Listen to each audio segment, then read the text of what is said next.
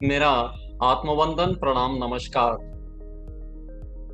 मेरा परिचय वैसे आप सभी लोगों के साथ में है। मैं डॉक्टर धीरेन्द्र सरीन, एक नेचुरोपैथ डॉक्टर हूं और पिछले 14 साल से मुझे आज तक कोई हॉस्पिटल जाने की ज़रूरत नहीं पड़ी, किसी डॉक्टर के पास में किसी दवा की कोई ज़रूरत नहीं पड़ी।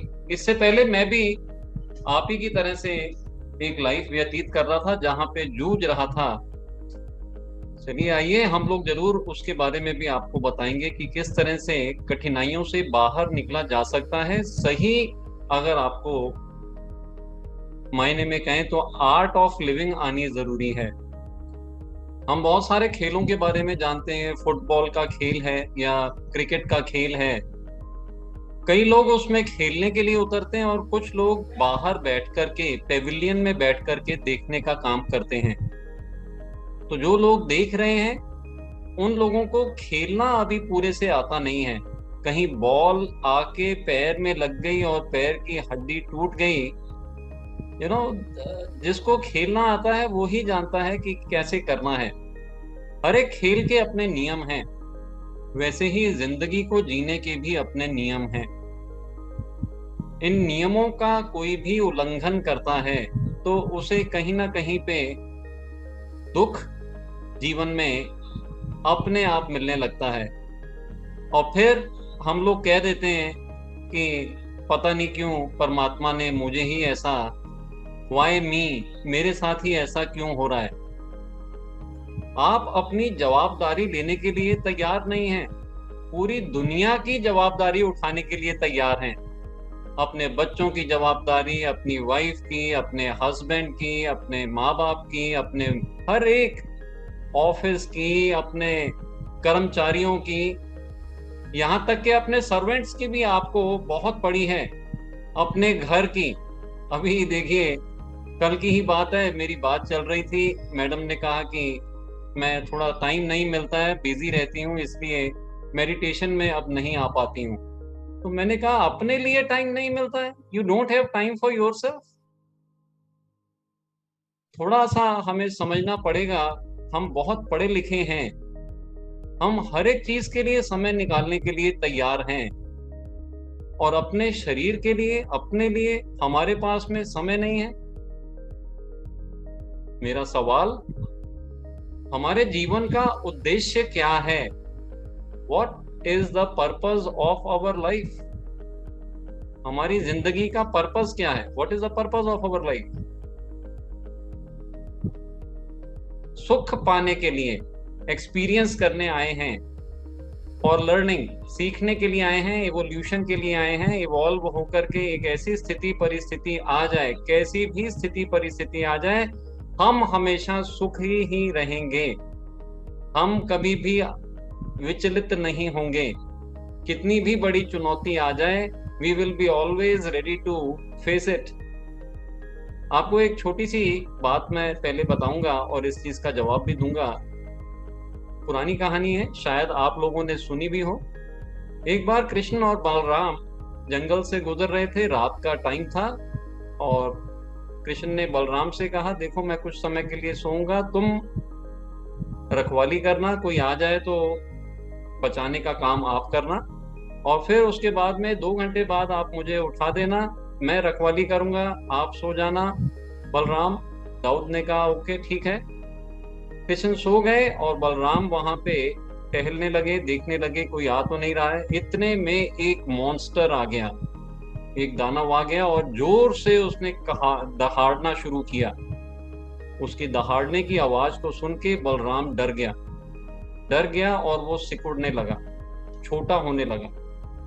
उसने फिर से दहाड़ा तो वो और थोड़ा छोटा हो गया, और दहाड़ा तो वो और छोटा हो गया, और फिर छोटा होते होते आखिर में जब उसे लगा कि वो अब सह नहीं पा रहा है, तो उसने सोचा मैं कृष्ण को उठा देता हूँ, और उसने कृष्ण को आवाज लगाई, कृष्ण, और बोल के वो गिर गया, बेहोश होके वहीं पे गिर गया। कृष्ण उठ गए और वो देखने लगे कि बलराम जो है वो शायद सोने का समय उसका हो गया है, वो सो गया है, तो मैं यहाँ पे अब रखवाली करूंगा। और वो वहां टहलने लगे। फिर से आवाज आई जोर से दहाड़ने की, मॉन्स्टर की। कृष्ण विचलित नहीं हुए, उन्हें कोई फर्क नहीं पड़ा। He faced what is there, कौन है क्या है। जब वो सामने आया तो उन्होंने जोर से जब दहाड़ा तो वो मॉन्स्टर उनको देख के डर गया। उन्होंने दोबारा से दहाड़ा तो वो मॉन्स्टर छोटा होने लगा। कृष्ण ने फिर से चिल्ला के उसको जब पुकारा तो वो और छोटा हो गया, और छोटा हो गया, और फिर उसे उठा के उन्होंने अपनी धोती में बांध दिया, अपनी धोती में बांध दिया। और देखते ही देखते जब सुबह हुई तो बलराम उठ गए, और जब बलराम उठे तो वो बताने लगे कि रात को तो बहुत ही भयानक एक मॉन्स्टर आया था, और उसके दहाड़ने की वजह से मैं तो परेशान हो गया और मैं बेहोश होके गिर गया। उस मॉन्स्टर को कृष्ण ने अपनी धोती में से निकाला और दिखाया, क्या यही वो मॉन्स्टर है? तो उसने बोला ये तो बहुत बड़ा था, विराट था, बहुत बड़ा था। तो हमारे को जब तक हम अपनी मुश्किलों से भागते रहेंगे, दूरी बनाते रहेंगे, वहां तक हम कभी भी बाहर नहीं आ पाएंगे। हम हमेशा अपने आप को छोटा ही करते रहेंगे। वो मॉन्स्टर एक्चुअली में वेद व्यास ने जो बताया है, जो कृष्ण के रूप में ला करके वो जो बताना चाहते हैं वो यही कि ये जो मॉन्स्टर है ये हमारी जिंदगी में आने वाली चुनौतियां हैं। अगर इन चुनौतियों से हम भागते रहेंगे तो हम कहीं ना कहीं पे अपने आप को छोटा ही करते रहेंगे।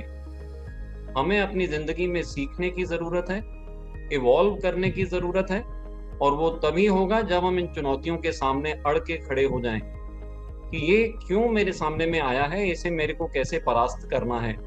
हर एक चीज का रास्ता है। परमात्मा ने जब हमारा शरीर बनाया तो उसमें हर एक चीज को लगा करके सबसे ऊपर दिमाग को लगा दिया। इस दिमाग की उपलब्धि सबसे ऊपर इसलिए रखी ताकि हम खोज कर सकें कि क्या चीज कैसे करनी है। जिंदगी एक खेल है, इसको खेलना आना चाहिए, अपनी जवाबदारी लेनी आनी चाहिए। क्योंकि जब आप बीमार पड़ते हैं तो आप अकेले ही प्रॉब्लम में नहीं आते हैं, आपके घर वाले, त्रास हो जाता है, पूरा घर बिखरने लगता है। हम कहते हैं कि पैसा कमाना है, बहुत मेहनत करनी है, बहुत जिम्मेवारी है, फिर जो पैसा कमाया था वो कहाँ गया? अस्पताल। एक बार आप अस्पताल पहुंच गए, घर बिक जाते हैं लोगों के, सारा पैसा उसमें लग जाता है, क्या क्या क्या हो जाता है। थोड़ा सा आपको जरूरत है, हर एक चीज का चिंतन करें, मनन करें, सोचें, समझें किस तरह से अपनी जिंदगी को आगे बढ़ाना है। चुनौतियों का मुकाबला करेंगे तो चुनौतियां छोटी हो जाएंगी, जैसे मॉन्स्टर छोटा हो गया था। चुनौतियों से भागेंगे उतना ही मुश्किलात में फंसे रहेंगे। अगर आपके ऊपर में चुनौती आई है आपके शरीर पे, तो उससे निकलने के रास्ते बहुत ही सटीक हैं, बहुत ही साफ हैं, स्पष्ट हैं। The more pure is your body, जितनी प्योरिटी आपके शरीर में है उतनी ही कम बीमारियां आपको लगेंगी, बीमारियां आएंगी ही नहीं। आपका खान पान ठीक है, आपके सोचने का तरीका पॉजिटिव है, आप अपने आप में हमेशा उमंग में रहते हैं। Very simple living, we have complicated our lives. और अब आप लोगों का जो प्रश्न था कि हमारी जिंदगी का मकसद क्या है, तो हमारी जिंदगी का एक ही मकसद है कि हम इवॉल्व करें, जानकारी करें कि हमें किस तरह से सुखों की प्राप्ति होगी, सुखों को पाना, सुखी रहना। The life should become a celebration at all times. कोई ऐसा पल ना हो जब आप सुखी ना हो, हमेशा, at all times. Yes, it is possible just by facing the problems.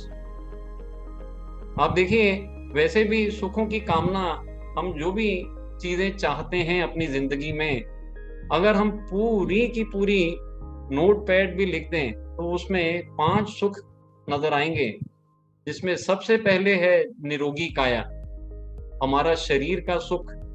हमें स्वास्थ्य चाहिए, हमें शक्ति चाहिए, हमें आनंद चाहिए, हमें प्रेम चाहिए और हमें ज्ञान चाहिए। ये 5 हमारी मौलिक मांगे हैं। आप कितना भी लिख लेंगे ये सब चीजें इसी में आ जाएंगी। और इन सुखों में सबसे पहला है स्वास्थ्य का सुख।